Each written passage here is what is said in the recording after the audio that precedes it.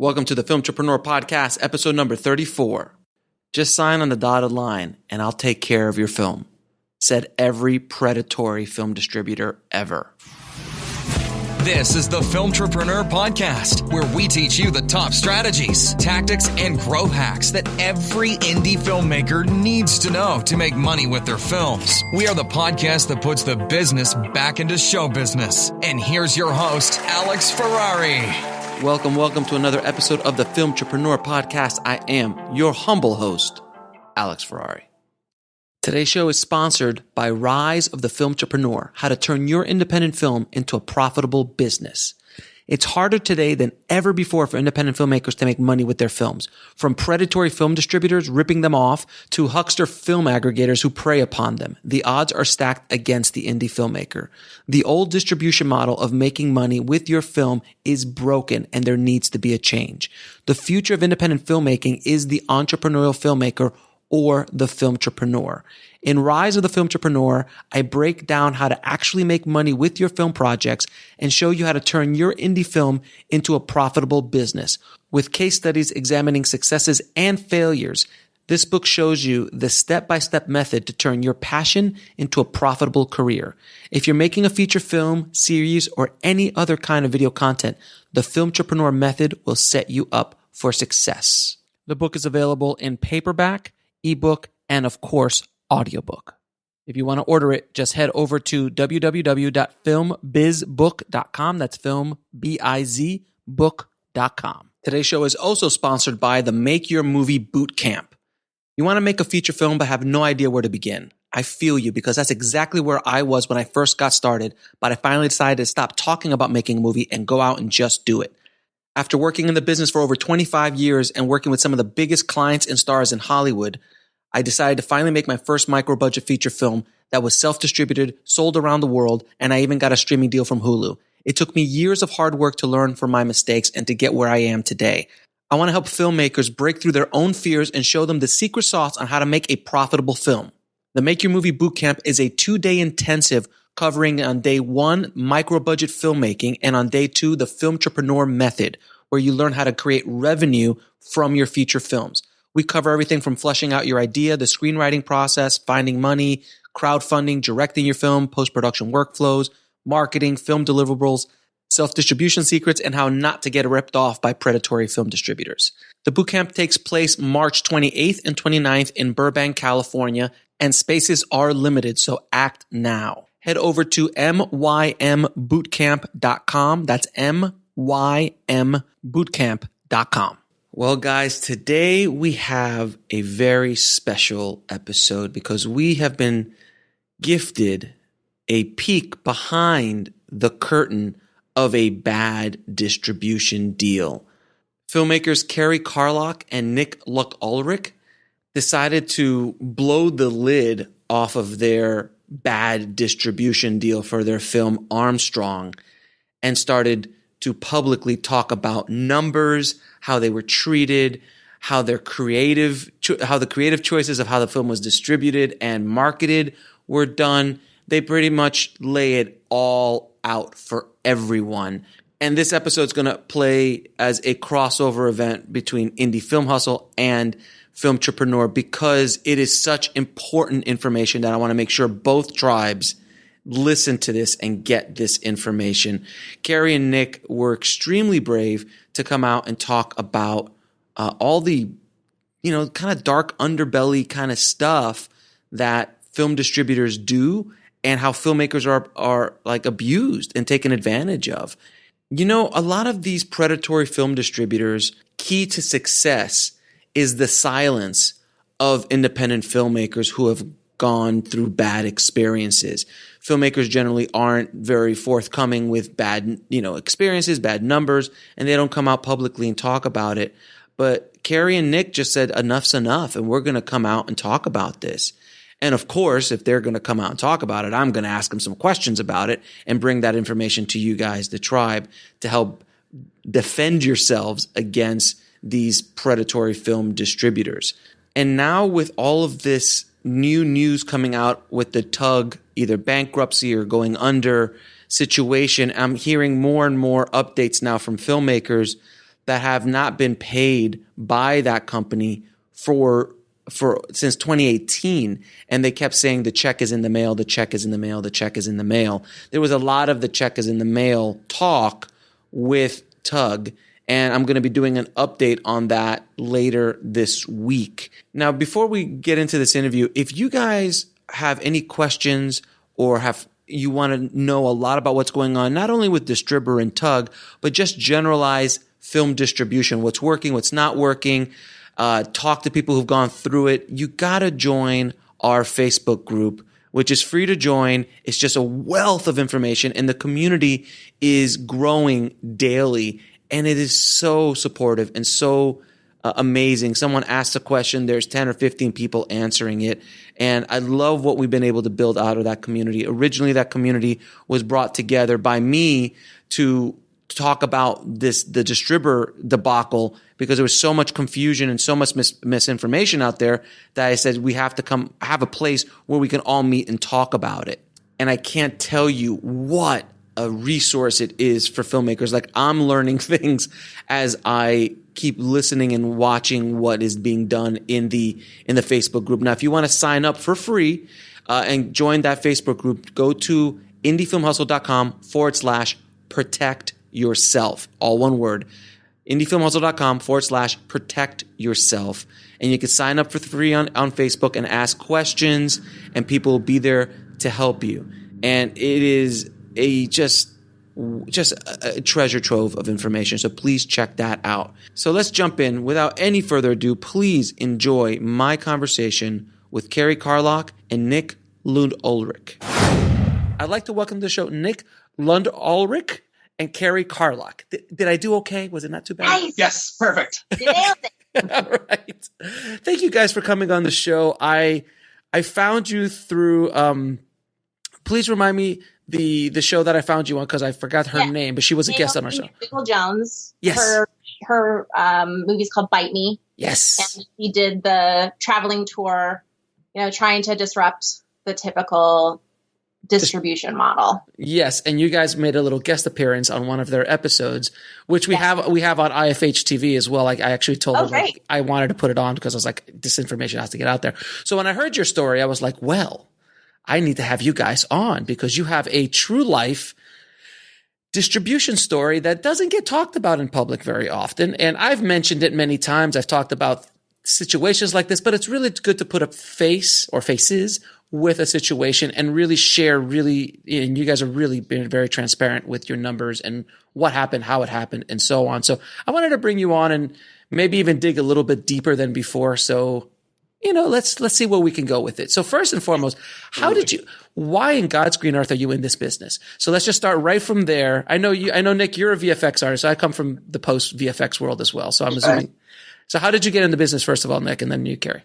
I always wanted to make movies. And when I got to LA, I thought, because I loved special effects and visual effects, I felt like my road in would be through that creative pursuit of learning the craft there and sort of building from that to, become a filmmaker. So that's how I got started. And then as it went along, I kind of realized that, it's very difficult to sort of break out of your lane, so to speak. Like, I was a visual effects artist and, an accomplished visual effects artist, but that didn't necessarily lead itself to filmmaking as a full-time career. And it took a while to kind of realize that. But that's how I got in. And there's, of course, there's plenty of stories of visual effects people becoming full-time filmmakers. It's not like it's unheard of, but I think, after the fact, I was like, well, it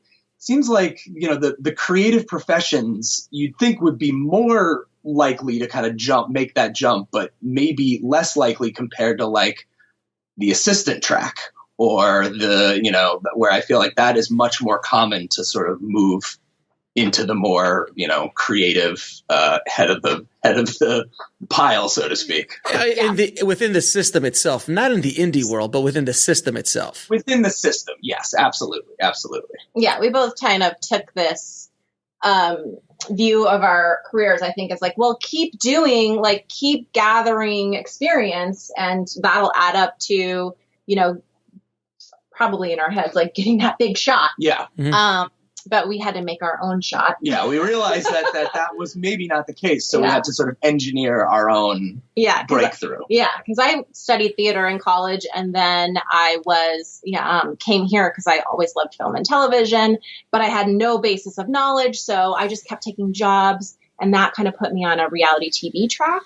And I went being a field director, being a story producer, being a showrunner, and then being a television executive, which I recently quit to focus full time on filmmaking because you're nuts. You're nuts. We're both working full time trying to do Armstrong, and it was crazy town. No, I completely understand. So I always tell people, and he was like, so I'm thinking about getting into the film business. I go, well, are you insane? Because if you're insane, that's the beginning levels of just walking in. And as long as you understand, I'm crazy. We're all crazy. We all got infected with this virus years ago that we cannot vaccinate from. So it's just what it is. Like I always say, it flares up sometimes. Sometimes it goes dormant. It gets a little itchy, you get a little scratchy. The only real treatment is being on set. Really, it's the only. Yeah. It's true. I mean, like if you ask, how did you get into it or why? We love stories. Yeah. Right. That's how they get you. And that's it's just like a passion. You. Yeah. It is. No, it's a very honorable passion to tell stories and try to express yourself as an artist to do so. It's just that whole business side that really gets in the way. And that's kind of what I'm trying to change. I'm trying to educate. And that's why I wanted to bring you on the show, because we're going to talk about your film Armstrong. So tell me about the film in the first place, what it's about and how it came to be. Okay.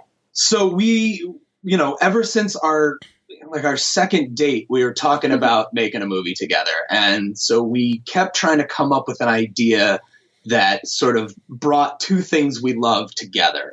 And so the elevator pitch for Armstrong is it's a rookie EMT on her first night on the job. Her and her partner pick up a wounded superhero and have to help him survive the night. So that's the elevator pitch for Armstrong. Awesome. But the idea was my love of comic books and like character driven dramas. And Kerry's sort of real kind of small character piece. So we took the idea of from an indie film idea of how do you make an indie film? Two guys sitting in a room talking as how you make a really low budget film. Ours is just on a speeding ambulance. So you've got. So it's basically My Dinner with Andre meets Avengers. I get it. I got it. Oh yeah, exactly. But yeah, I mean, we really trying to keep it as small scope as we could. But that's sort of the genesis of the idea. And we worked on and off with a friend of ours named Nick Rufka, who's a screenwriter. We worked with him for a number of years whenever we had free time, which wasn't much. Because we're all working, and developing the screenplay. And sort of we had gone down the road with a production company pretty far, thinking we were going to get it made. Crewing up. Yeah, we thought we were very close. And then just ghosted. Shocking. I don't even understand how that happened. That's the first I've ever heard of something like that happening in this business. Except for that, when it happens to you, you're like, what? Yeah. What just happened? What did we do? It's not your fault. It's theirs. It's just the money's about to drop. That's always it. I have the letters of intent. The actor is almost attached. Things are almost there. Let's start crewing up. And you go through all this kind of, you walk the walk, but you're not really you're just kind of walking it. And you get farther. That's farther than most, by the way. That's much farther than yours. Pretty exciting. I mean, it felt great. There was lots of flare-ups. Yes. We were very itchy. So that was going along, and then that kind of, went away, and then we kind of... But we had so many... We were so ready that we're just going to do it ourselves. Yeah. Oh, that's our dog barking. It's okay. We move on in the show. We just keep going. So the budget, what was the budget of the film in the first place? So we shot it for $150,000. Okay. And since Nick the visual effects and what we could do with what Nick could do for free was also very instrumental into how we developed the script. Yeah, we sort of said, okay, we know we can do this, X, Y, and Z, and we structured things around that. Like, no stuff I could specifically do myself. We had help from a few friends, but so it was 150,000. And you pay, and you got it yourself. That was money from your own pocket. Yes. So at the time, a friend of mine, we had our own visual effects company, and we were done. We were done running a visual effects company. Shocking. Again, also shocking. Being in post, shocking. It was too much, and so we're like, well, let's get out of this. So you guys got the budget yourself. So how did you raise the money? So at the time, after the production companies fell apart, I had a visual effects company with a friend of mine, and we were burned out, and so we decided to close up shop and sell off the visual effects company. And in doing that provided us with the budget. We were just like, hey, kind of a windfall. Let's just take it and invest in ourselves. And, the point was just to get on the board, like we just gotta get one done.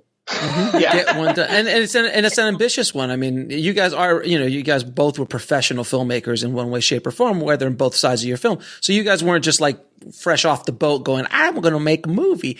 And, I don't know what the accent. I'm sorry? It might be easier to be just like ignorance is bliss and just sometimes it is, but you guys are going after an ambitious project with some visual effects and stuff like that. Trust me, I've worked, and I'm sure you have too, Nick, and when you get films and people who don't know about do visual effects. Like, yes. So there's 4 different colors of green screen in the same shot that they're crossing. Oh, and his shirt's green. Fantastic. Oh, I got a roto everything? Oh, great. Oh, you got $5. Oh, that's fantastic. No wonder you closed your business down, sir. Yes, exactly. It was all that kind of stuff. That just the stress that goes along with that. So we had that money, and we knew what we wanted to do. We had the plan. We had 2 producers, Paul and Doug, and they helped us a lot sort of put things together because they had produced a number of, micro budget features, and their experience was invaluable to sort of get things budgeted, get things figured out. I mean, we could not, they were awesome. They were our, they're amazing. We could not have done it without them. And you had, and who was, do you have any marquee talent, or did you just have some faces that some people could recognize? Yeah, we, Vicky Judy from Orange is the New Black, who, played Janae Watson, who was like the track star on the first couple seasons. On the first couple, all the way through, but was featured in the first seasons. So that was our main. Yeah, so she's our lead. It's only 3 characters. I mean, really. And she's, she was on at the time, especially Orange is the New Black was really popular.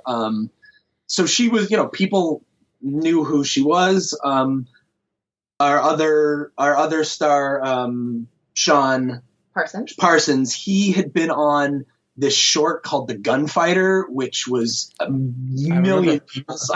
I saw it. It's fantastic. Yeah. Stuff. Amazing short. So he, a lot of people knew, he had been eyeballs had been on him. He'd been in a number of smaller roles. And then Jason Antoon, our third actor, he's in Minority Report. He's on Claws now. He plays Dr. Ken. He's like just a fantastic actor. And but all 3 of them, but no major names that would actually bring dollars to the bottom line. Got it. No. But so far everything seems to be working. If I'm grading this, if I may be so bold, if I'm grading the situation, you've got 2 accomplished filmmakers who have been in the business for a while. You're making a fairly low budget film, about $150,000, has some visual effects in it. It has a genre that's very, even though it's a kind of hybrid of a indie drama mixed with. Yeah, but you could still, there's an explosion or 2. There's some fun there. Yeah. And you have a couple of faces that people recognize. So it's not trust me, I've heard colossal, ridiculous business plans before. You're doing okay. There should be no reason why you could not recoup that budget and even, God forbid, make some money. I mean, I'm just saying maybe. In theory, so far. So I have to ask you, at what point in this entire process did you think about distribution or think about how you were going to recoup your money? Nick is just shaking his head no. Well, honestly, all we knew was to apply to film festivals. All right. That's all we knew what to do. We were, I mean, we'll be completely honest. We were like extremely naive when it came to after the movie was done. Most filmmakers are.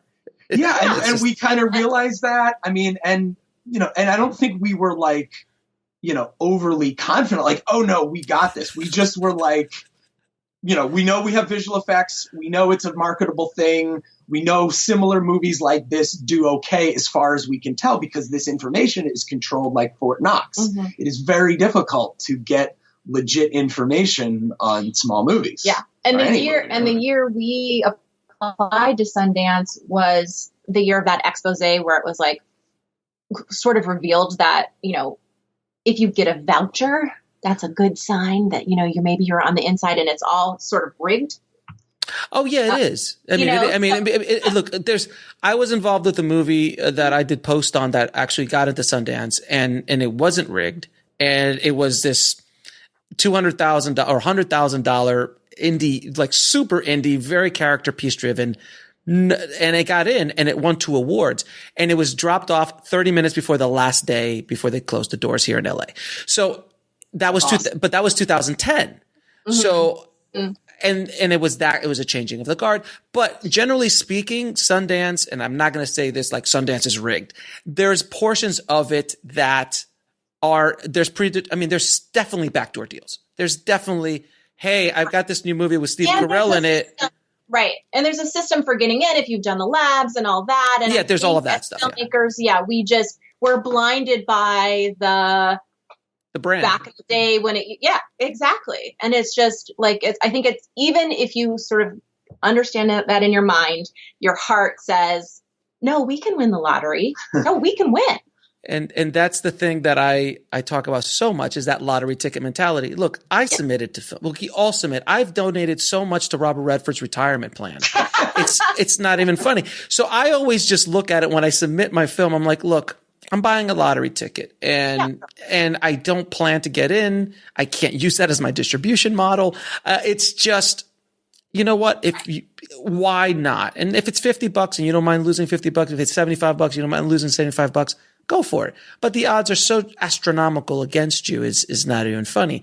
And most filmmakers have the exact same thoughts patterns that you did. We'll finish the movie and then we'll just submit to Sundance and South by and Toronto and something has to work out. Yes. That's kind of where we were at. I mean, we thought if not one of the big sort of 3 to 5, then one of sort of the second tier of sort of higher end genre stuff. Yeah, that's kind of was the extent of our plan. Like Fantastic Fest, we would have died to get into.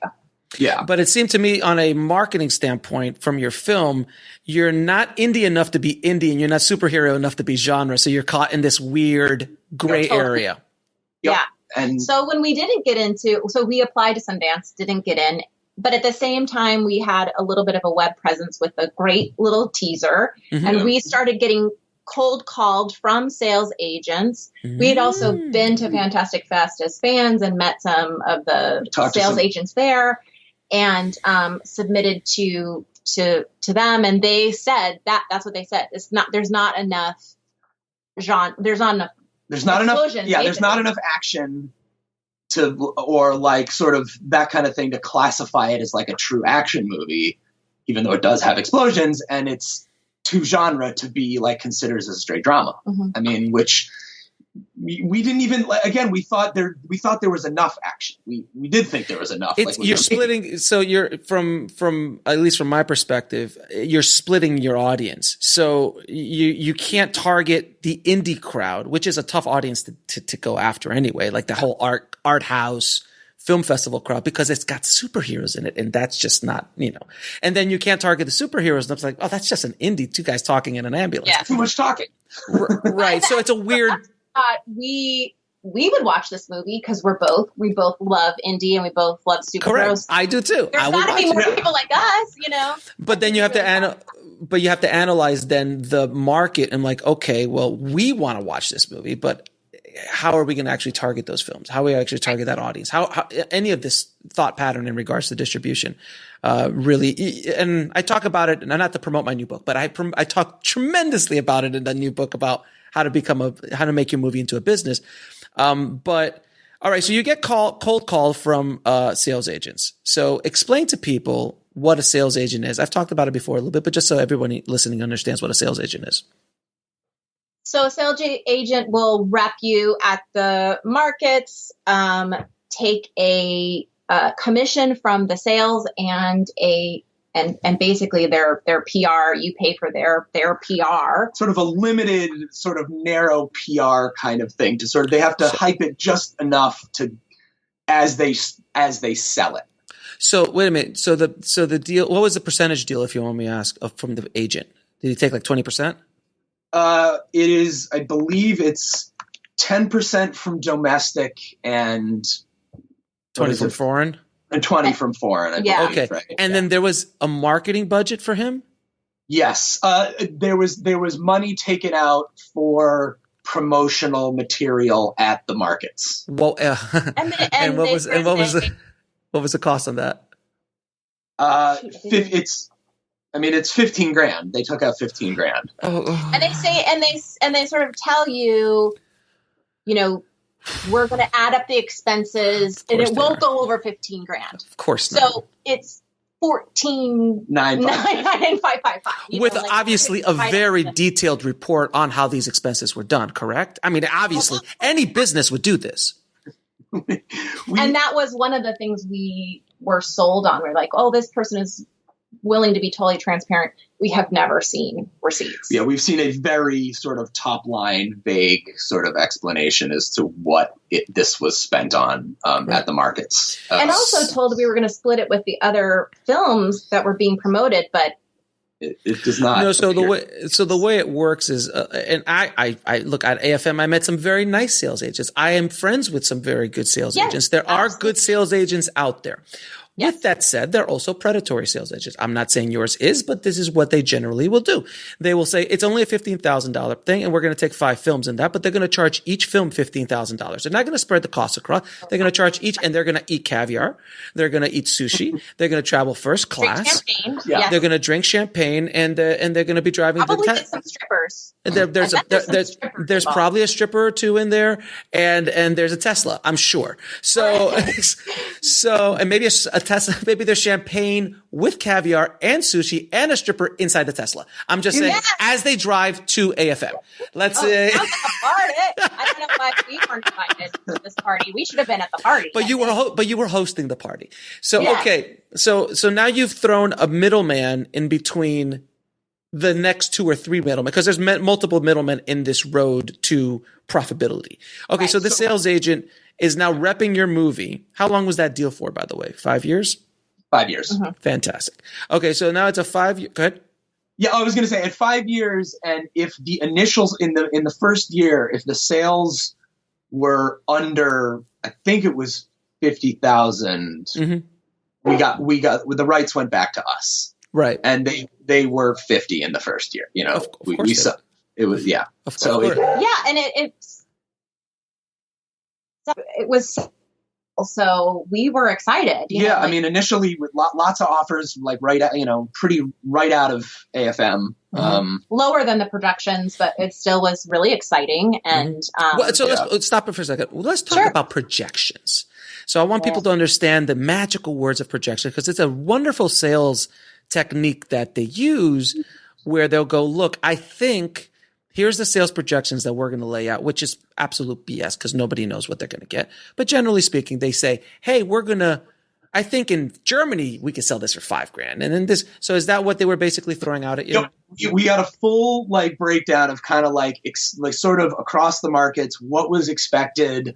And we were totally honest, saying we would love to recoup $250,000. So the projections were conveniently, I think, for $350,000. Yeah, something like that. It was more than we want. It was the right sweet spot of what would make us really happy. And we're we would be ecstatic if we got a little bit more than we invested. We would be ecstatic. So we were his projections great. We'd also just want to point out, we talked to a number of people he had repped, and they had great things to say.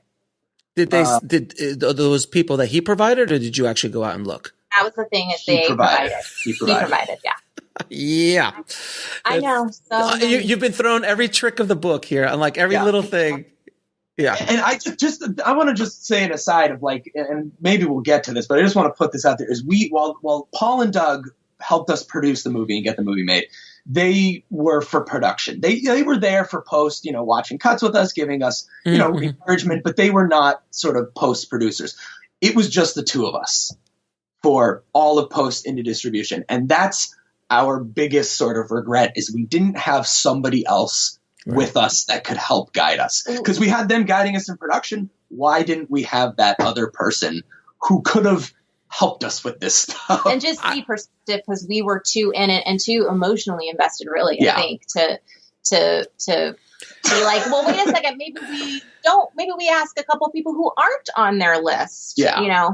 It's the thing is that we're sold this model from the moment we even hear about the film business. Like, you've got to make your movie and then give it to a distributor, and they're going to write you a fat check. And it's just a story that has been told to independent filmmakers since the dawn of independent filmmaking. It's just the story that it's just the way it is. So you're just like, I just got to make my movie. I just want to make my movie. I don't want to think about the business. I don't want to think about, let's hire someone to do that, or we'll figure it out, or we'll submit to Sundance. So, so we back to what you were saying. We have the projections, and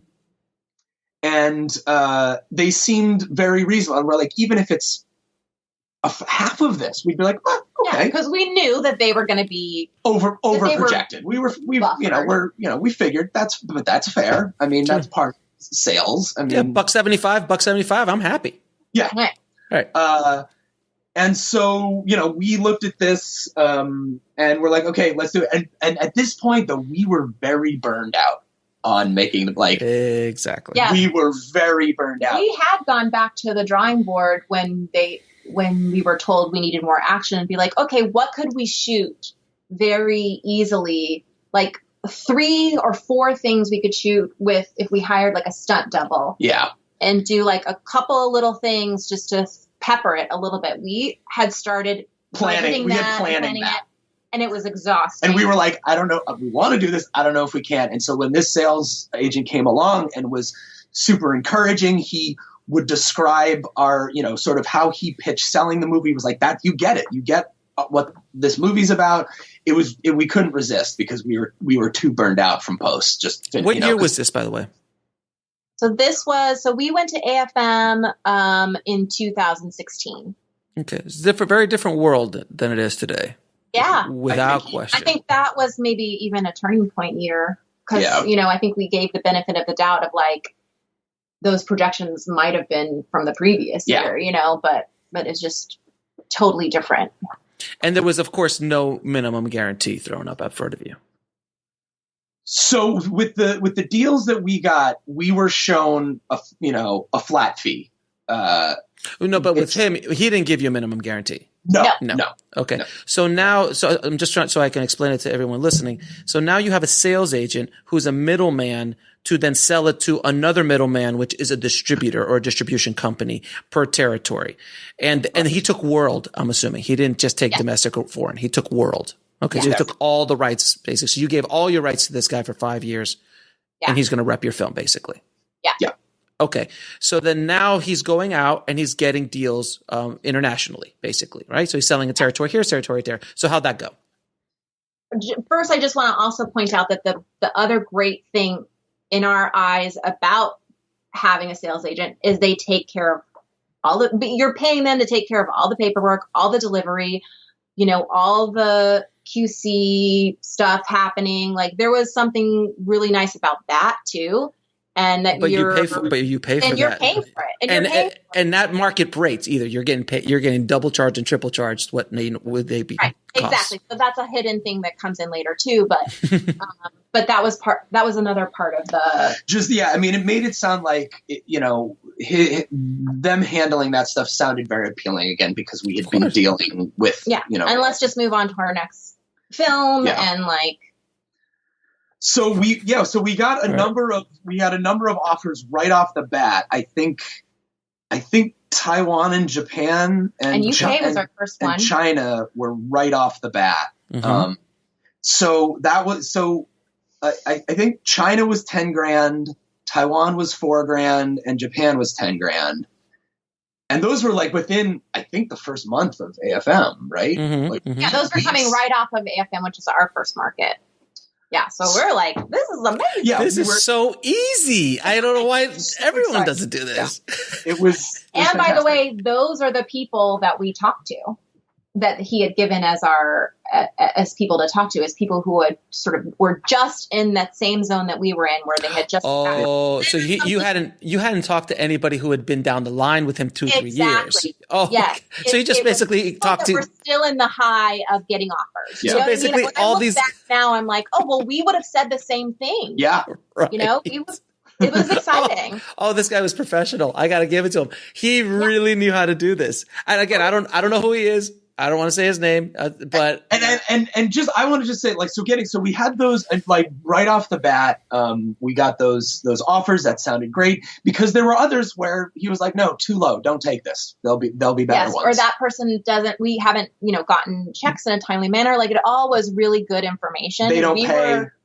Wait for something else. And so we were very pleased with the relationship. And we did, and we waited, and we got a better offer for the first offer from Japan was half as much. So we got another one, it was twice as much. So super. So, it probably had something to do with the strippers. Yeah, obviously. But so you see, the stripper thing just threw me off. Hold on a second. I'm sorry. I was going to ask you a very good question. Okay. Did he ask for a credit or a logo in front of your movie? Yes. He does have a logo in front of the movie. There's not a credit. There's a logo in front of the movie. Yeah. Oh, okay. All right. So now you're getting projections coming in. And I just want to, I just want to back up just one moment. We had contracts with him, and we were, because we knew AFM was coming up, we were getting pressure to sign these quickly, which we understood. We understood why. And we briefly ran them by some folks. They were like, this is probably bad news. And we're like, okay, we fought back on a couple of things. But again, we had the pressure of, we knew AFM was coming, and we were burned out. We wanted this movie out of the house. We wanted it out. Literally, because we edited it in our house. Yeah, we wanted it. We wanted it out there.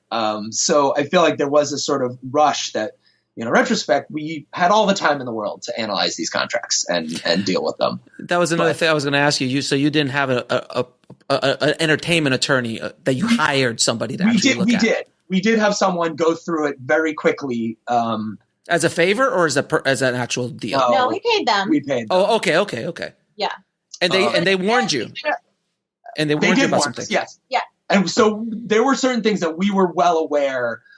The things that we talked about that weren't working out for us, that wasn't, I don't even know if that stuff came up. We saw that. Like how the expenses and stuff, there were other things that can't even remember at this point, but we were also reticent at that point to keep dumping money into a lawyer because, again, burned out emotionally and financially at this point as well. Right. And that's so, and again, I really want to clarify for everyone listening. So you've given this man, the sales agent, the power to represent your film. So then they have the power to cut any deal they want exteriorly, or do you have a say or not? Yeah, we have a say. There was always to our knowledge, there was always you have an offer for this. Do you want to take it or not? So there. But did you see contracts though? Did you ever see contracts? You've never seen a contract. And that's what I'm saying. So he could tell you the numbers, but he doesn't tell you what's in that deal. That could be that, like, you're never going to see a dime other than this or that or blah blah blah. We kind of figured that, but again, these deals came in right away, and then. Then it kind of it lulled, and then it picked up. I can't remember when we got the domestic offer. Maybe like in the summer. Well, we didn't find out about it until October. We found out about September. We found out. We got a domestic offer. We got a domestic offer. It was with a reputable company. We knew the company. We had seen movies that they had released. They wanted to do a DVD, Walmart DVD, Walmart exclusive, and all streaming. which we thought did amazing. So no MG on that either. It was going to be a revenue share on that one as well. No, it was 10 grand up front. Okay, so there was an MG from that deal. Yeah, there was a $10,000 MG deal. Okay, for all of them, for all of domestic. All of domestic. Okay, but we, again, the company, we knew the company because at that point it had been quiet. We hadn't gotten some offer. Number of people turned us down, like other notable companies turned us down. So we were very excited that it was going to be, it was going to be out there where people would be able to see it. And I was just going to say, like, what we got pretty much every month was a list of everybody they had sent it to, that had watched it, that were considering it, or who had made offers. So you sort of get a list every month, and it's like, feels like there's traction happening because you kind of see, people cast, or people still considering, or they're still considering. And so it was, you see who it's out to, and you're like, okay, wow, it's good. Yeah. Mm-hmm. A lot of smoke and mirrors is what you're telling me. Yes. Yeah, we would say it. And at that point, with the domestic, I believe we had received some money because that's when we found out about the expenses that was being taken out. So when we get there, because that's a whole conversation I want to really get into. Yeah. Okay, so now before we get into the expenses, another part that filmmakers don't really realize a lot is that when you sign over the rights to a distributor, let's say, they can market that film however the heck they want to, and they can package it however they want to. And before you tell me your horror story, I'm going to tell you my first horror story. Okay. Where I had a group of short films that I put up together as an anthology, and it was sold domestically to a predatory film distributor who, and I had a sales agent. Okay. And they sold it, no money up front. It was just a rev deal. And then I started seeing the artwork come back, and it was like some hot woman who's not in the movie with a gun. See who it's out to, and you're like, okay, wow, it's good. Yeah. Mm-hmm. A lot of smoke and mirrors is what you're telling me. Yes. Yeah, we would say it. And at that point, with the domestic, I believe we had received some money because that's when we found out about the expenses that was being taken out. So when we get there, because that's a whole conversation I want to really get into. Yeah. Okay, so now before we get into the expenses, another part that filmmakers don't really realize a lot is that when you sign over the rights to a distributor, let's say, they can market that film however the heck they want to, and they can package it however they want to. And before you tell me your horror story, I'm going to tell you my first horror story. Okay. Where I had a group of short films that I put up together as an anthology, and it was sold domestically to a predatory film distributor who, and I had a sales agent. Okay. And they sold it, no money up front. It was just a rev deal. And then I started seeing the artwork come back, and it was like some hot woman who's not in the movie with a gun. And then there's like a small image of a couple of the stills from my movie. I was like, what is this? And it's all this stuff. So, but luckily I was able to get that out of their hands because of a technicality in the agreement. So I was able to get it back, and that distributor never distributed that, or else it would have been gone for 7 years. And it was a bunch of short films that I really, whatever, but I got everything back. That was my experience with that personally. And then I've seen thousands of it in post-production. I've seen distributors change the name of the movie to start with the letter A, so it's at the top of the catalog. Yeah. So what was your experience? I think that was one thing in the contract that we were wary of, but he would not budge on, is that they had final say on the poster. And we had invested on making a really great poster. It's beautiful. I saw the poster. I saw your poster. It was beautiful. So we went into it thinking like, okay, well, why spend money on something when they have we it had this done? made, and we copied. Because they're going to charge us. Not that we copied, but at the time, Sicario had just came out. Sicario was a well-received movie. We heavily were influenced by the poster design of Sicario. I noticed that. Yes, and I'm shamelessly saying that because it's fine. It's a cool poster. Sure. And with that Emily Blunt was the way she was featured in it, like that, we felt like, okay, this is a great way to sit. But it also, Sicario is an action movie. I mean, it is. So. And so going back to the things that Nick and the mashup of sort of Nick and I making this movie is the thing that was very important to me was female lead. Mm-hmm. And we ended up extending the idea of parody into our crew as well. And we had mostly female the heads of departments, and we ended up getting the Reframe stamp, which is awarded through Sundance and Women in Film. So we're like super proud of that. Awesome. And I just want to preface that. Yeah, that's a reason for that. When we got their poster that featured our white male superhero without her on the cover at all, I was heartbroken. Yeah. So Vicky, who again, arguably the most known of the three actors, was not even on the artwork anywhere. She wasn't anywhere. And with the first that we saw this image of our, just the superhero and some fire and some buildings exploding. And we love our superhero actor. Sean is amazing. He does a great job in the movie. Yeah. And there's no slight to Sean being on the cover. Sean should also be on the cover. Correct. Right. Exactly. But it just was like, this is not the film. This is not the film. Movie. And anybody that watches this is going to be disappointed. So how does that help? So you're telling me that a distributor created a poster that wasn't really on the nose and really wasn't representative of the topic of the film just to sell it and deceive the public? Yes. Oh my God. So I said, what is there to believe in anymore? I think in our point of view, why do you need to deceive the public? Exactly. What is the point in deceiving the public? I get that. This is my feeling because you've been screwed by a trailer. I'm sure you like this trailer and like, oh, this is great. And there was a movie that came out and it was an Amazon Prime movie and it had like Olivia Wilde in it and it had the guy from Isaac Hayes, not Isaacs. What's his name? Isaacs.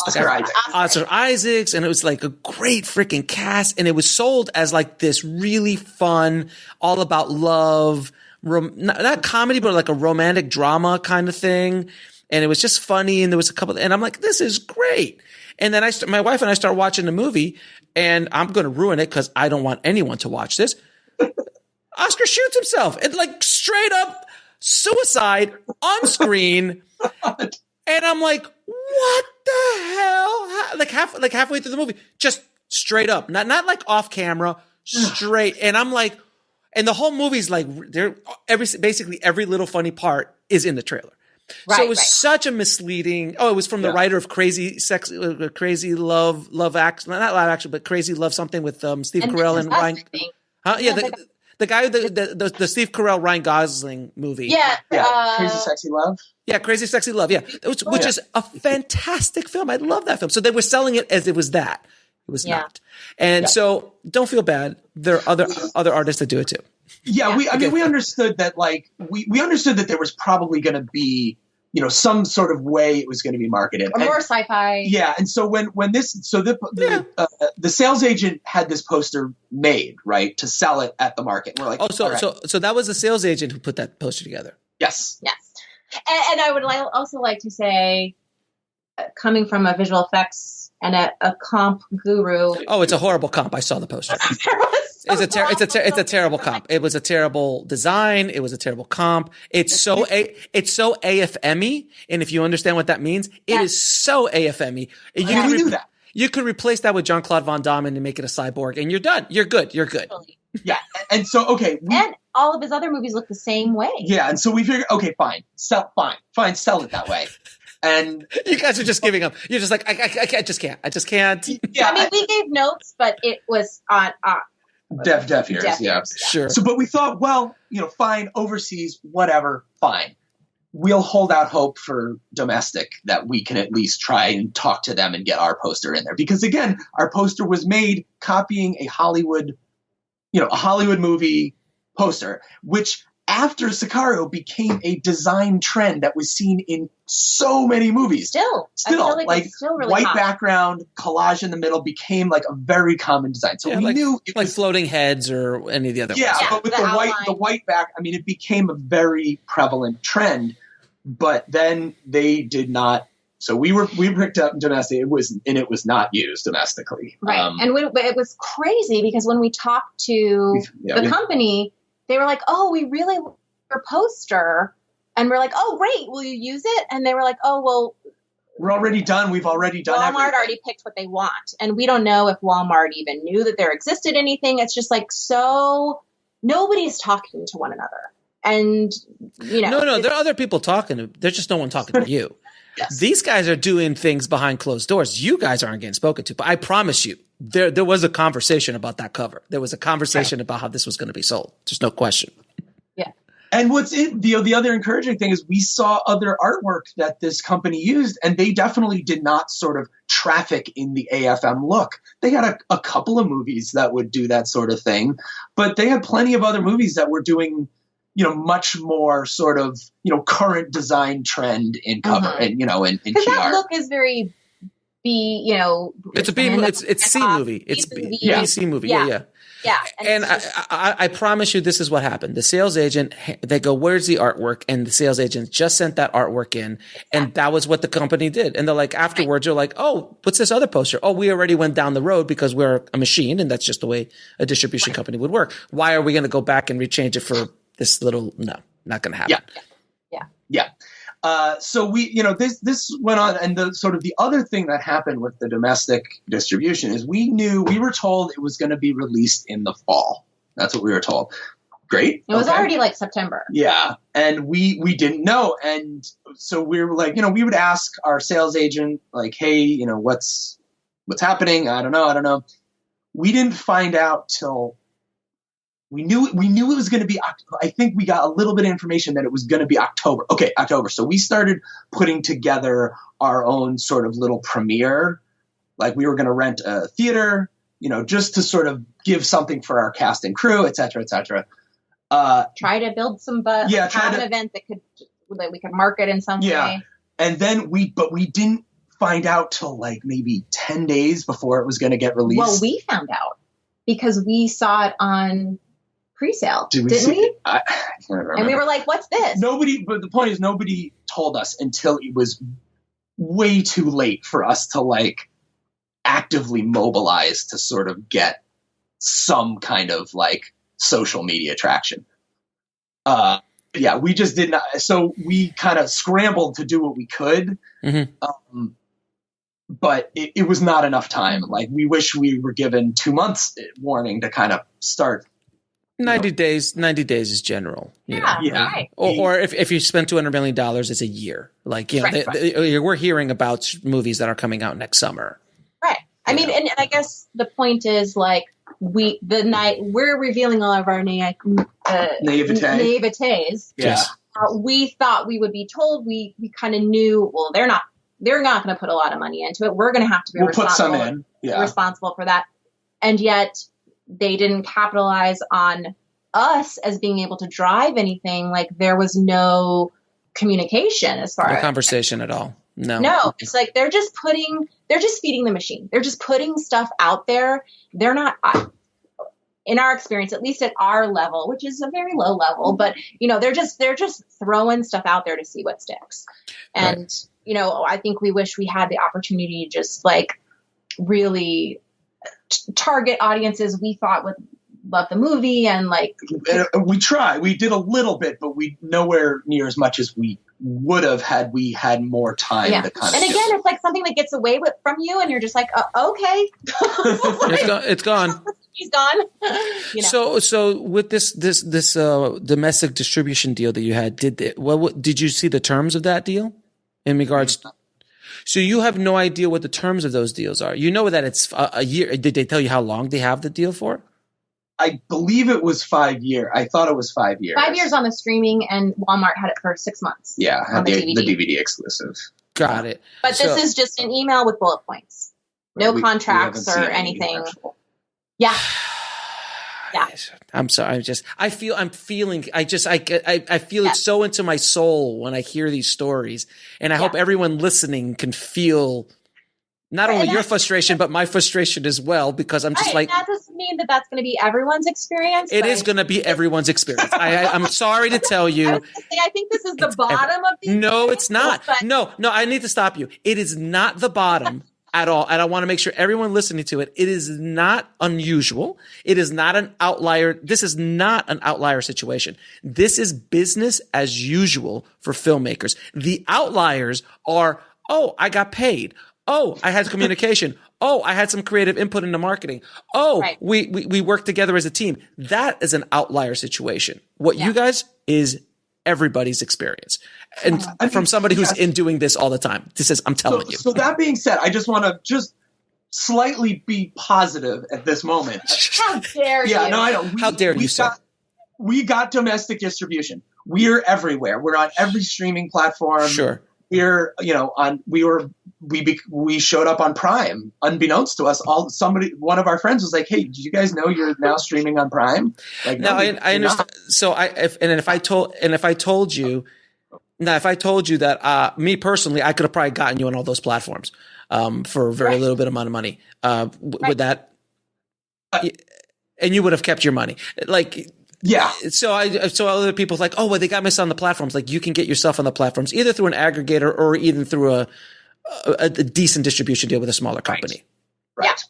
Yeah. I mean, I think like we have seen other avenues that get people onto the platforms, but again, I think because like, our movie, when the week before it was on the top of the iTunes pre-orders, like it was there for a few days, like it was right there. Like we had that moment where people, but had we had a little more warning, what could it have been? Yeah. Right. So this is October of 2017 that it hit. Yeah. DVD. End of the month. DVD shelves. Yes. It hit the streets. It hit the streets, if you will. It hit the streets. Yeah. Well, also literally, because then maybe a year later, it ended up on a pirating platform. A friend of ours emailed saying, "Hey, you guys, you're on. There's this torrent aggregator, and your movie, the top 50 movies. That's awesome. Our movie was we were shocked, and it was. Everybody always asks us if you're like, did you send a desist letter? No. Because if people want to click on it, we're happy. So it was there. It was the only indie movie out of the entire 50. There was not a single other. Every other movie you knew you had seen this movie. It was a big. It's like Hollywood Bumblebee release. and Jurassic Park. It was because it was sold as because it was sold as a superhero action movie. Well, here's the catch. It was pulling from IMDb, which has our poster. Oh, so it was not, nice. It was not the marketed ad or key artwork. It was our artwork. So what you're saying is your artwork might have sold this movie better, is what you're saying? That's what we're saying. Stop That's what we're saying, Alex. Oh, my God. Yes. Oh. I'm sure there's something to this like random movie being in the middle and people just being like, what's this? No, we know that's what it was. I never heard of this. We're going to click on it. But it was there for a good 7 months. This is the way I look at, and piracy is a thing that comes up a lot of times, especially with indie films. And I always tell people, I'm like, look, if you've made it to the torrent pages, you've arrived, and there's nothing you can do about it. And there just isn't. There just really isn't. And all we want is for people to see our movies. That's all we want at this point. Because we know we're not getting the money. So at this point, for people not watching this, I just saw Nick just like, this is all we want, man. It's just all we want. I literally saw him turn his head down. I was like, we just want some eyeballs. We want we know people. We know that this movie there's people who this movie was made for. We want them to see it. Absolutely. But you should be able to profit from this. You should be able to generate revenue from this. This is a business because someone made money. It just didn't happen to be you. But so now let's go down to the breaking down and I'm going to ask this question because I have it written down. Obviously there was absolutely no reporting on any marketing, how it was broken down, anything like that. No. No. Okay. And there was no reporting on the revenue other than just like very big bullet points, like Japan, $10,000. That's it. We the one thing we've seen a sales sheet from the Japanese distribution company. Okay. It was almost impenetrably complicated looking. It was like all these documents are very hard to very read complicated by design. By design. Yeah. Just like, oh, okay. But this document is basically like, yeah, you sold this much, you're owed nothing. There's a zero at the bottom, but There's a zero at the bottom. 500 units of this, honestly, way more than we would have ever expected. I mean, we're like 500 people. You can't walk the streets in Japan. That's how famous you are. Like you're huge in Japan. You're huge in Japan. We are happy. We're so happy that somebody, sight unseen bought this. I mean, it's a thrill that people want to watch a movie. It's on France Amazon. Le Fieur de la... Yeah, the Iron Arm, I think, is what it's called in France. Yeah. Cool. I love it. And the Iron Arm, but I'm laughing because it's not what you intended. This is not the creative intent here. No. Yeah, although it's actually interesting. The guy's name is Armstrong. Yeah, the France did their own artwork, which was very interesting looking. It was like we were charged for that too. Yeah, I guess we were charged for that. Okay, so I gotta hear this. All right, so let's break. Can you break down these expenses? I would love to hear this. So how much came in, and then what are the expenses? So what we were told as far as what these contracts added up to was about $62,000 worth of contracts to different territories. Including the domestic. Yeah, ones. This could be out of date. This was, we've seen I don't think that total has changed though, but some of this other stuff. Latin America's there. Because there's been times where things we've been told is going through and then it fell apart. Right. So, but yeah, we're operating off of 62,000 right now. Real quick, before we go, in the contract, do you have the right to audit? I believe we do. You should start auditing ASAP. Yeah. So, we thought, a friend of ours, we've now become good friends with an entertainment lawyer, and he's like, "Can I see those contracts? I'm just curious." I'm like, yeah. Well, and at one point we said, and we, not in a threatening way, but sort of like, a friend of ours told us that we should audit you guys. And they were like, "Oh, no, we don't need to do that." Like, no, go look over there around the corner. But ignore the guy behind the curtain. And that's exactly when we knew we needed to. And we talked to another acquaintance who is a filmmaker who made a movie much bigger than ours. Still smaller, but much bigger with a much bigger distributor. He had almost the exact same story to tell about all of this. Like, if not worse, because they spent more money. Yeah. Because it was more, and that actually made me feel better. It sucks, but it made me feel better that it's not just us. It's right. Well, like Alex is saying, yeah, it's everybody at a triple our budget. No, even more, multi-million. Yeah, $3 million. I think the budget was. So the exact same story. Yeah. And I think initially we were like, well, the last thing we want to do is spend more money on trying to get money.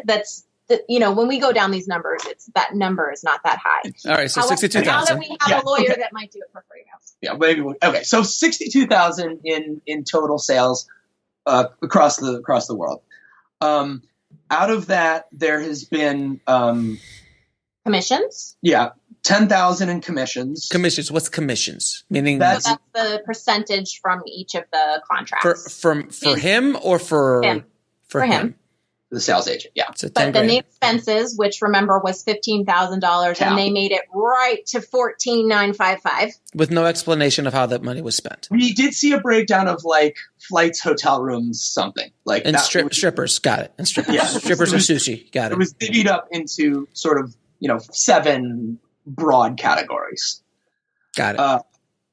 So then, for instance, we'll call this category withholdings. Like France asked, had some QC problems that then they had to fix. We had to do some technical stuff to fix things for France, which was, there was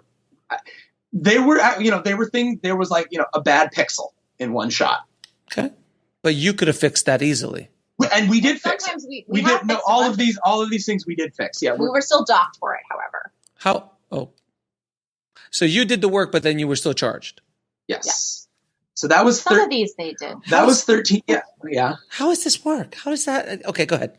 We don't really know because again the issues that France had, like, yes, there was a bad pixel. Yes, one of the audio channels had a sound effect that was part of the because France did a dub, which we still have yet to hear, but France dubbed it, and there was some seatbelt sounds in one of the audio tracks that sort of got in the way of that. So fine, whatever. So they had the ADR. They had to like Foley that out. We did it. We broke it out and sent it back to them.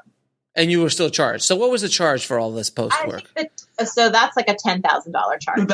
Well, wait a minute. Together. Together. But then we looked. No, this was something that came much later from South Korea. South Korea paid us $10,000. Okay. Right. Great. We then saw much later withholding from South Korea for $9,959. We have not followed up on this because this was a relatively recent thing that we happened to notice this. They gave you $31? $41. Yeah. So this is something new to us that we have yet to even pursue. We don't know what's going on with this. And you've spoken to the sales agent. He hasn't said anything about it. No, this is because we noticed this. I don't know. We noticed that it was sort of after the fact. Like, well, communication with the sales agent, it goes nowhere. So so you can't get him on the phone. We haven't. Yeah. There's another story coming. So, okay. Please continue. Yeah. We had the South Korea withholdings, and that again, we don't really know what's going on with that. So right now, our total profits is around $24,000. We've been paid $16,000, and so right now there is around $8,000 technically, give or take, ballpark, is owed to us.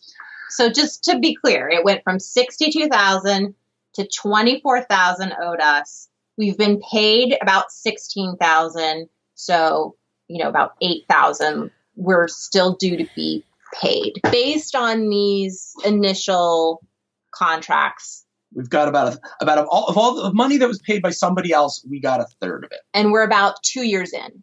Yeah, I was about to say, we're 2 years into this process. Well, our AFM was 3 years ago. Right. Yeah. Because they won't take it back to another AFM. They won't just keep selling it at the other AFMs. Well, they say that they do. I mean, we're still in their booklet of films that they have available, but they're not selling us. But and we had seen, so about a year ago, right? We had seen a number of, like, we saw an offer from India, like 3 more kind of bigger, reasonable, like $10,000, $5,000. And we saw that offer coming in. We get the sales sheet, and we've gotten a couple of those that has like the actual money. Mm-hmm. So we've seen these from our sales agent. They have, what's been paid to us, what's been deducted, and we get those. So we got one, and we saw some deductions on it that were like, wait a minute, you already took money out for domestic. So we had this domestic offer. His commissions he's taking from whatever he's sold, regardless or not that he's gotten a check. Paid. He takes his commissions off the top. Whatever, off of the agreed. So basically, he's like, "Hey, I promised to give you $10,000 in 6 years, but I'm going to take those $2,000 right away, right off the top before the money comes in. So, but if some other money comes in, I'm going to just take that right off that. Right. Regardless of things have fallen away. So, what you're going to pay us back a commission you already took for yourself? It's highly unlikely. So we know that because our domestic distributor, they had been bought by another company, and that's why we were told the payment was coming slow. I so want to ask. I so want to know the name, and I know who it is, and you don't have to say it. You don't have to say it here. It's not hard to find. Anybody wants to look at it, it will be all you gotta do is just go on Amazon and see who's selling it. That's all you need to know. Right, exactly. Start the movie. So finish the movie too, but you'll see the logo. Because that way they can get paid faster. I mean, we're hurting for them. They really need to get that money as fast as humanly possible. So we saw that that a sales agent had taken commission from the domestic payment from more additional foreign sales that were pending. So there's a pending South American deal and a pending Indian deal, I believe, or UK deal. So they were like, so great news, your domestic check came in. You'll be getting $5,000. And we were like, no. You've already taken your commission for this, for our domestic. We should get the whole thing. You took your domestic out of our Chinese deal. Right. Or, you took that 1,000. So we need the full 10 grand from domestic. We need, you've already taken it. Please give us the full 10 grand. When this other stuff comes in, then you can take your commission off that. And that basically, we have not talked to him since. That's broken the relationship. When we asked, it was like, that is not how we do our accounting. And we were like, well, that is not good accounting. We want the 10,000. They did give us the 10,000, but that is now the blockade. There's no communication. We ask for things. We haven't called, honestly, but we still get the updated sales thing every 6 weeks or so, which is just that list of where it's out to. It's not money. Yeah, it's not a sales sheet. It's like who they have it out. Yeah. To. When you say have it out, you mean that they're talking to. Yeah. Yes. Yeah. Which doesn't change because now it's been it's the same document every month. Pretty much. Because it's been 3 years now. They're not pushing our movie anymore. Yeah. So that's why we're saying, there are a lot of things that we could follow up on. So why don't you have your attorney friend just send him a nice little letter? I think that's our next step. Yeah, because we do know there were 3 other things that were coming through that we know is out there. So there should be some more money. The other thing that sort of happened was South America asked for E&O insurance. Which we have E&O insurance, but they wanted their E&O insurance. Okay, let's clarify this. Some country in South America is asking all of Latin America. All of Latin America. Okay. So you're going to sell it to somebody for all of Latin America. Yeah, all of Latin America. It's a foreign company, I'm assuming. Yes. Latin American distribution. A Latin American distribution company is asking for E&O insurance. Yep. Because they're afraid of whatever from the States affecting you was shot here. So obviously there's the very unlikelihood of anything errors and omissions going to be affected by them. So I'm assuming, what's the cost of that E&O insurance for them? Do you not have E&O insurance? You had insurance. So we had E&O for the domestic, which of course, we did. But that's not good enough. That's not good enough. Right. Exactly. And what was the cost of their E&O insurance? $7,000. No, it was I think it was $4,000. Okay. And who's giving you these numbers? The sales agents. The sales agent. Yeah, so we did reach out on our own to someone for E&O, didn't we? I thought we did, or was that the guy he supplied? I can't remember. I think we did both. Because at that point we were like, you deal with it. We're not this is ridiculous. Just deal with it. And we know because the whole thing just felt real weird that they were asking for E&O for this kind of thing, especially since we had it with a domestic company. Correct. And how, real quick, to back up a little bit, your QC reports. Who paid for those QC reports, and where did you get them done? In America, or was it their QC report guy, or was it your guys? How did it do? No, the QC stuff that we got from France, saying this thing that's was wrong. Them. Yeah, that was them. But how about domestically? You had to have some sort of QC report for domestic, no? I don't think we ever saw one. I don't think we've seen one. I think you've never been charged for a QC report? No. Not domestically. That's bizarre. So this was one thing that I believe, I think this was actually a selling point. I feel like he's like, sales agent had a deal with someone to deal with the QC stuff that would not be charged on something like that. So basically they sort of have a department that takes care of that stuff, which was another great selling point that we don't have to deal with any of that. It was a third party company, and we talked to them. All the material went through them, that kind of thing. But you weren't charged for that. Nothing on paper. Not a domestic. Yeah, nothing on paper. What would end up happening if, say, that France stuff where they kicked it back to us, and we would, because Nick has the skills, he could fix it. We fixed it. Yeah. I don't know what people would do if they couldn't fix it. They'd be charged. I think they'd charge it, but the fact that we could do it ourselves, I mean, Was there something for domestic? I don't think there was. It was just France. I don't think we ever saw We're that. like, And you up, were charged France? we charged a hefty amount for that QC report in France, right? Well, the $1,300 for France, the South Korean one, whatever that is, that was the big one, which we don't know. Again, that's something we need to follow up. This is after the breaking of the relationship. Yes. Yeah. Have you broken the relationship or not? Well, No, just meaning that we haven't had any sort of conversation since we asked for they our don't money. respond. Through email or them. anything? And you haven't called them either?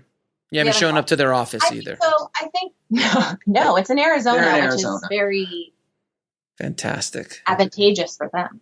Yes, it's... But I think sharing this stuff has been great.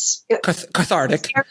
Yes. Yeah, it's very scary at first because, I don't think we're supposed to talk, but I still feel like if this guy found out, he would be very angry. And Okay, I promise you he'll probably find out after this episode.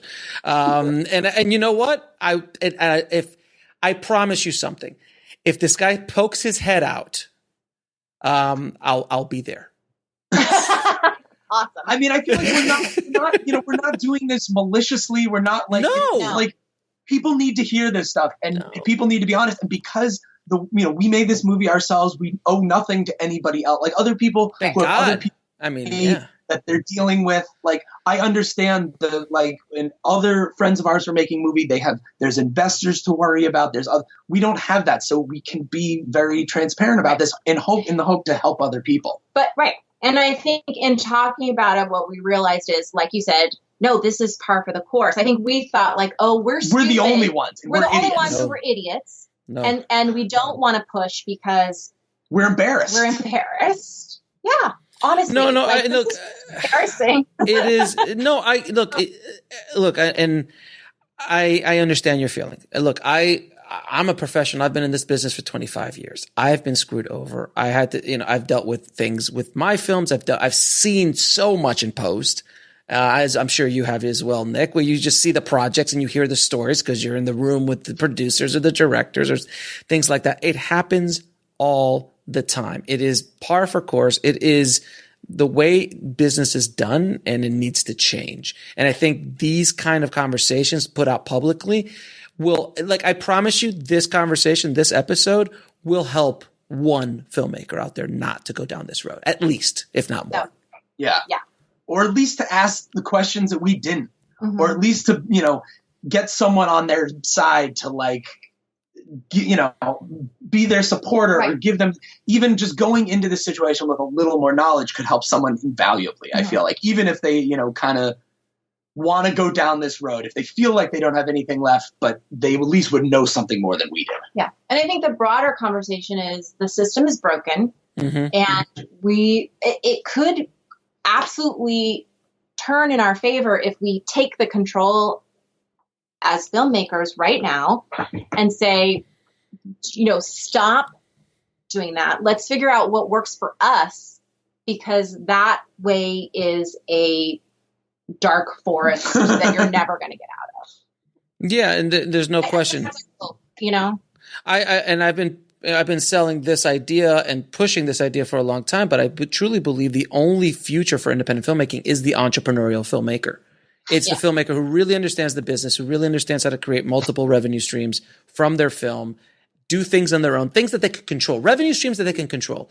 If you partner with a distributor, understand that might be a loss leader to just get your film out there if you don't want to spend any money. But there's ways to get your movie out there now and there's ways to sell your movie that you can generate revenue. There's just no excuse for this. This is not a business. This is just, this is a carnival. It's a carnival. Yeah. I mean, it's like basically I always tell people when they're dealing with this side of the business, it's like you're going into a casino and you're playing against the house.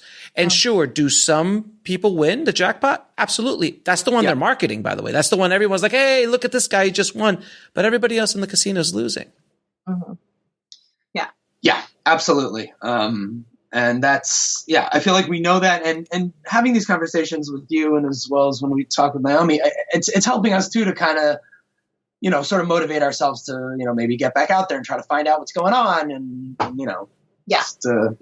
I think we were very, again, we were shell shocked and embarrassed. And, I feel like we're giving ourselves power too, that like, no, this isn't fair. And something's going on and we can do something about it. No, there's no question. And that's how most of these predatory distributors, predatory sales agents, they want to make sure that it's so embarrassing that you don't want to go out publicly with it. It's very similar to other situations that have happened recently in the entertainment industry with the Me Too movement. I mean, look, how many of us heard the concept of the casting couch? Oh, it's the casting couch. It's just the way business is done. Exactly. So what I've said is that this is kind of a moment in time for this side of the business because it is a raping financially of you. It's destroying lives financially. If you would have mortgaged your home on this, which by the way, you're not, I know Nick just puckered up real quick, right? When I said that, but imagine people have done it. Of course. So do I. And there's so many filmmakers out there who are like, I mortgaged my home. I cashed out my 401k. I took my kids' college fund, whatever it is to make my dream come true. And then this happens and these kind of situations happen. And of course, like the whole thing with Distributor, how it's destroyed thousands of filmmakers' lives. And honestly, don't forget, they were the I'm going to save you.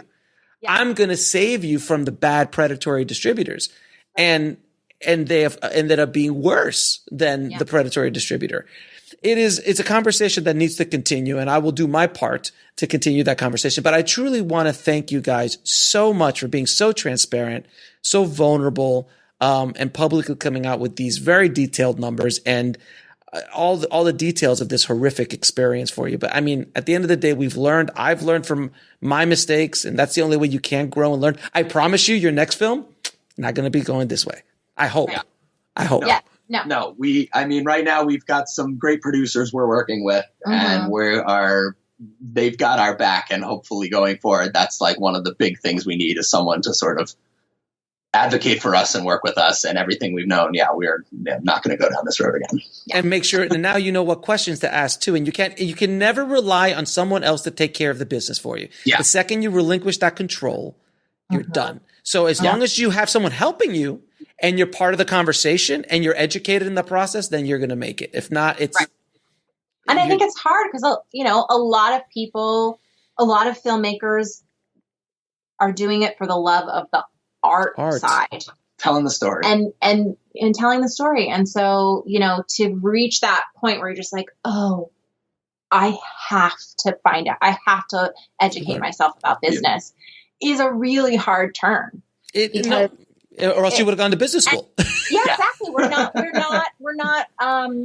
we don't have the basic, it's just not in your DNA. It's not in your DNA. It's not in your DNA to do that. But we need it. We need it there. And these kind of conversations, what you're doing to get people more educated is just invaluable. So we really appreciate you bringing knowledge to people as well. No, it's the least I can do. And it's like a producer friend of mine, Suzanne Lyons, she always said this term, there's the word show and there's the word business, and the word business has twice as many letters as the word show. And there's a reason for it, because without that business, there is no show, so it is so crucial. I'm going to ask you a few questions I ask all of my guests. I'm going to twist it around a little bit based on our conversation. What advice would you give a filmmaker going into distribution? Well, I think the biggest one is like finding those people, understanding that it's not in our DNA to about business, finding people that it is in their DNA business that you can partner with. And luckily we have some people we really love that are working with us on our next film, and we'll learn along the way. Yeah. If you don't know the business side, get someone who can advocate for you on that, on your behalf for the business, working with you that you trust. Yeah. Invaluable. Like if you want to be the creative, get someone who can do the business with you. Okay. What is the lesson that took you the longest to learn, whether in the film industry or in life? I think we kind of alluded to it earlier, but that I think sometimes you have to carve your own path. And that's the thing I feel like took longer to realize in retrospect than I realized. Like, I feel like is that you kind of expect that you could, this sort of lead, you can get to a path where you're telling your own stories organically. And that is not the case. I think you have to put your blood, sweat, and tears into carving out that path. Yeah. And we're starting to think of ourselves as a brand, and that people are going to start coming to us as like, here's what we know, what we can get from Nick and Kerry. And I think a big actual step, I think is the thing we're trying to embrace is, newsletters, getting on social media, like really reaching out to people. It's hard. It's, again, not something that's in my DNA, but like really cultivating being your own salesperson. Yeah. So you mean you have to know business and marketing? You're already talking about all that. I mean, you got to do both things and establish yourself as a brand. Oh, stop it. I just want to make pretty pictures. I want to tell stories and put up pretty pictures. I don't want to think about any of this stuff. But I think a great way to think about it is that stuff can be creative too. I look at it. Yeah. That's exactly how I look at it. Yeah, let's be super creative about what we put on our Instagram, or let's be super creative about how we're going to distribute the next one. Business can mean like, oh, we have to follow these steps, but we're actually at a time where we can try and do something ourselves. Break all the steps. Now, what was the biggest fear you had to overcome to just get out and do this first film? For me, it was partly, we're about to dump a whole bunch of money into this, but also just that, like, doing this ourselves is like, is a big first step. But I don't know. I feel like we got over that pretty quick. Like once we sort of you're in the war. Yeah. I feel like once we said we're doing this, it was like, okay, we're doing this. So that was, it was a big fear, but one that was sort of blasted through pretty quickly. Yeah. I think that's how you have to deal with all fear. Yeah. Blast through it. So basically what you're telling me is you before you stepped onto the battlefield, you were nervous and scared. I'm like, I don't know what we're going to do. When the bullets start flying, you're like, we don't got time to be afraid. We got to keep going. I also think the other thing is people, will say like, well, how did you do that? How did you make a movie? And I really think for us, it was just tiny bit by tiny bit. Like you're just you're putting the one step in front of the other. You're just doing the one thing every day that you can get done. And then it kind of becomes demystified as far as fear is concerned, because you're just plodding along. We had so many great people working with us on, for the production that filled in any sort of knowledge we didn't have. And again, I want to just credit Doug Billich and Paul Roca for just being 100% invaluable and filling in that knowledge, and sort of they've done it. So if we had, they're like, don't worry, guys, we got your back. We got your back. And that would be sort of the fear. If you're worried about something, make sure you have someone who's not worried about that thing to back you up. Cause there are people who will be able to, not worry about that. Cause they know how to sort of get through things. So like visual effects. Like if I don't know anything about visual effects, I'm like, why can't I key out a yellow background? I don't understand. Why can't the monster do this? Well, you don't have any money for the monster to do that. So. And the toughest question of all, 3 of your favorite films of all time. Ooh, do we each get 3 or do we have to mash up our 3? If you could each get 3 if you're let's not spend an hour on it. Yes. If we don't spend an hour on it, because I've had this conversation with 2 guests on, I'm like, look guys, it's 30 minutes and we gotta move it along. I was gonna say, we'll do our 3 and we can do them super fast. Go for it. But then I think the idea is for our brand is that we're gonna mash all of these up at some point. Obviously. Off the top of my head, 3 movies I love: City of Lost Children, Who Framed Roger Rabbit, and the one we share is Star Wars. Yeah. Can we combine all those 3 movies together? That would be an amazing film. Yes. That's a movie. And yours, Kerry? Star Wars, Roman Holiday, and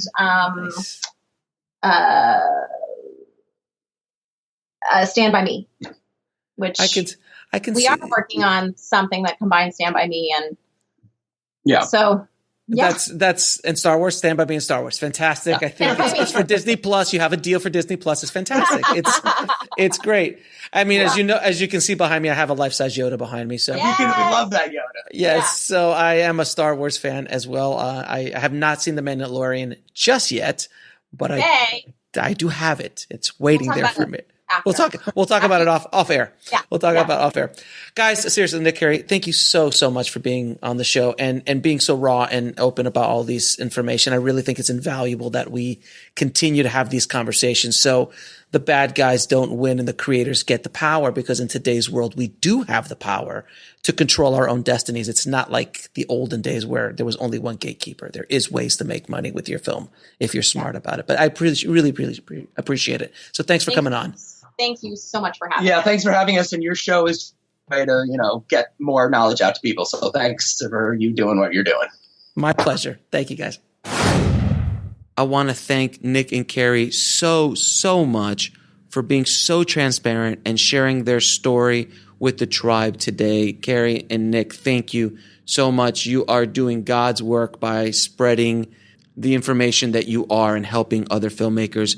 And of course, anybody who's trying to help filmmakers, I get behind 110%. So Nick and Kerry, thank you so much. The key to defending yourself against these predatory film distributors is knowledge, is information, and sharing as much as you possibly can with the community, with other filmmakers, so other people don't get taken advantage of by these predatory film distribution companies.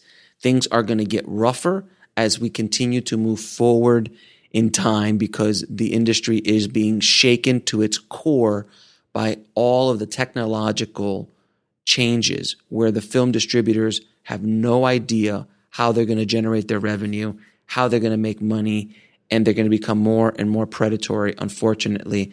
And I promise you, when the next economic downturn happens, a lot of these companies are going to fold. And if you don't have the proper contracts or proper agreements laid out when you sign with them, like the bankruptcy clause, like cross-collateralization, like all these things, that if these companies go out of business, that the rights come back to you automatically and have a system set up for that to come back to you. If you don't do that, your films are going to be lost in bankruptcy hell for years and years to come.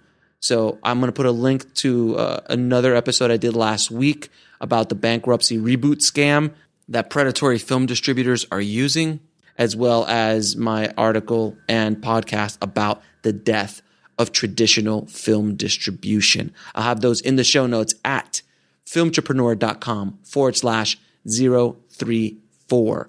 Or if you're an Indie Film Hustle, you could just go to indiefilmhustle.com/FT034. That's FT034. Thank you again for listening, guys. I really hope this episode was enlightening, to say the least. Gotta protect yourself, gotta protect your films, and really dig into the Filmtrepreneur model. It is, in my opinion, the only model that's going to work for independent filmmakers moving forward. You have to understand multiple revenue streams. You have to understand niche audiences. You have to build product